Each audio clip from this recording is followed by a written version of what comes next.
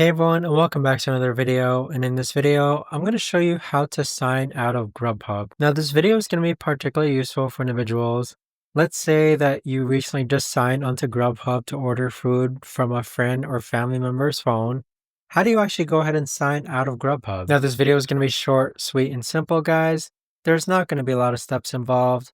But in order to do this, what you're first going to do is click on the Grubhub app. Next, what you're going to do is that you're going to click on account on the bottom right hand corner. Afterwards, what we're going to do next is that we're actually going to go ahead and scroll down. And then on the bottom here, you're going to see a sign out button.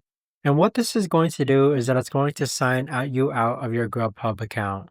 But there you have it, guys. That right there is the best and easiest way that I know of to actually go ahead and sign out of Grubhub. If you guys know of a better or easier way to actually do this, let me know in the comments down below. I would love to know. Thanks so much for watching, everyone, and I'll see you guys all in the next